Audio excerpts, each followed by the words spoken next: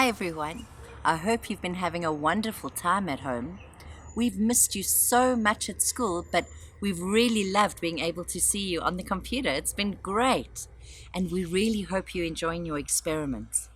Now, some of you would have noticed that in your pack you had a hoop and some fabric. There was also a needle and some wool or some yarn. Now, I've got a hoop here, but it works a bit differently to yours. Some of you might have wooden hoops. Some of you might have plastic hoops with a ring around them.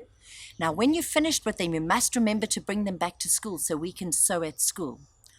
One of the reasons we use a hoop when we sew is that it keeps our material taut. Taut means to keep it tight. It's much easier to sew on a taut piece of fabric than it is to sew on a floppy piece of fabric. Now you'll see that you have a needle in your sewing kit. If you look at the one end, there's a bit of a point, and on the other end, there's an opening. That opening has a very special name, because you know humans, we love to name things. We've called that opening in a needle the eye of the needle. So when you thread your thread, you have to thread it through the eye of the needle. Now this can be something quite tricky, and it's hard for a lot of people to do. So if you need help, you can ask your older sibling, or you could ask your mom and dad, or if there's another adult in the home that's helping you, you could ask them for some help. But practice it and try and do it yourself. Different people thread needles in different ways, and there are a lot of really cool ways to do it. But I'm going to show you the way I do it today. I can see that this yarn is a bit fluffy at the end. So I'm going to snip it off so that it's got a blunt tip, so that it's nice and straight. Can you see that? Now I'm going to hold that in my fingers nice and tightly, and I'm going to thread it through the eye of the needle.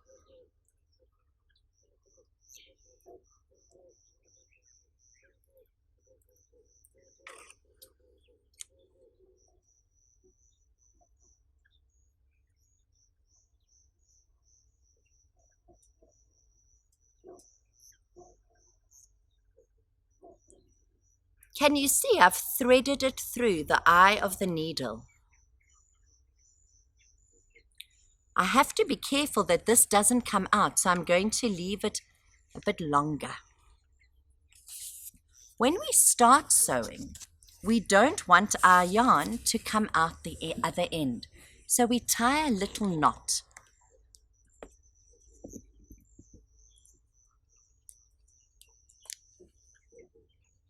I'm going to ask Craig to come and film closer so that you can see how I sew. Today, we're going to do what we call a running stitch.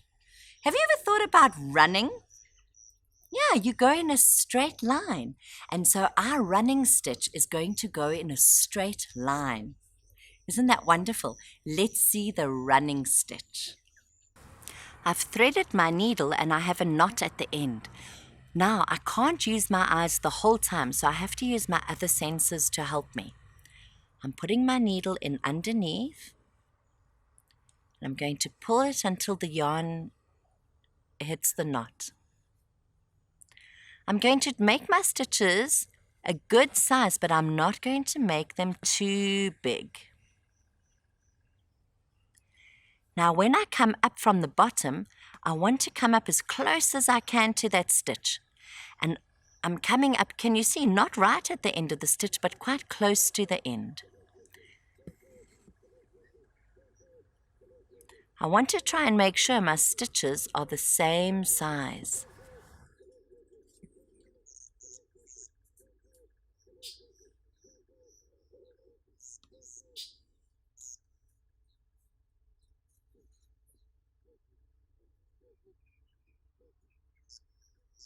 Oh, that's not the same size. Let me move my needle.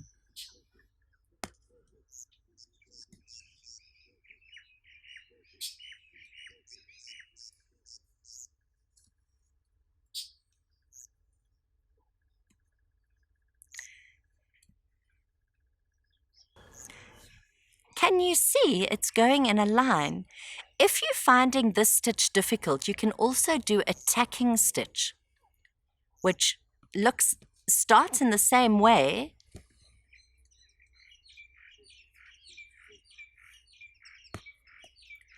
but then you leave a space in between your stitches. Not a very big space,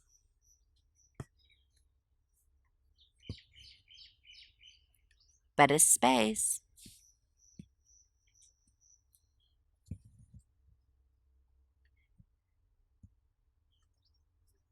Do you see? You can also come back the other way and fill in the gap if you want. So you could go backwards now. Imagine that.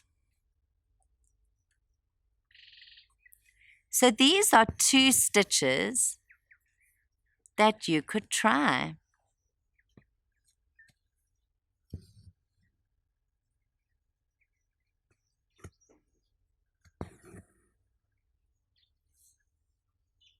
Do you see that? Why don't you have a go and see what you can do on your fabric?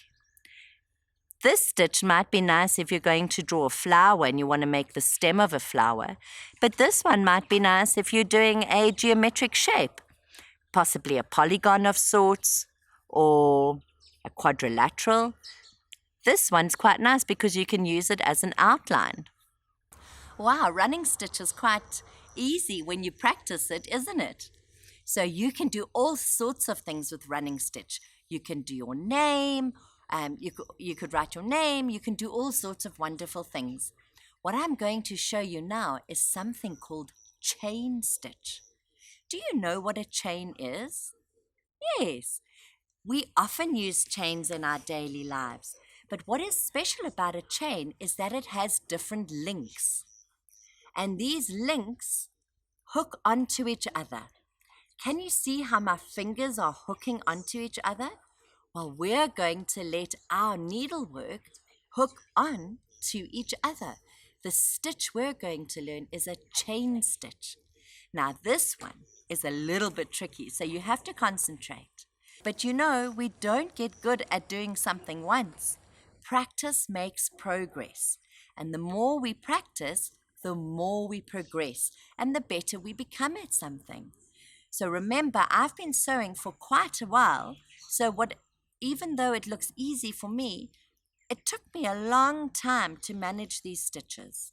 And I want you to keep practicing. You can do a whole row of them on your piece of fabric. You can try and make a design doing it. But just keep practicing because needlework can be very, very relaxing. We're going to look at chain stitch now. We saw these 2 stitches earlier, but if you're finding those very easy and you'd like to try something harder, why don't you try a chain stitch? You thread your needle in the same way and tie a knot at the end. Start off with a normal stitch.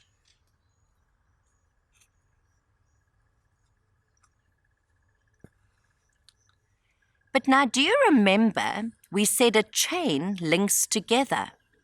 So what we're going to do is we're going to come up a little bit away from that stitch. We're going to pull the yarn through and then we thread our needle underneath the stitch that we've just made. And then you put your needle in the same hole that you came up with. Whoops. There we go. Do you see? It's like a little chain. Go up, underneath the stitches, and into the same hole. Try and keep your stitches the same size. You can see I made that one a little big. I'm going to really try hard now. Underneath and into the same hole.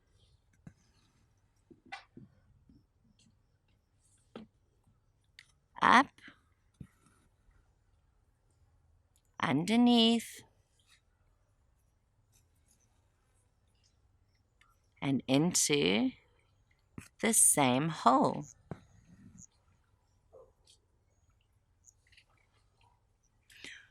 What we've made here is something that one would call a sampler, because it's got a sample of different types of stitches.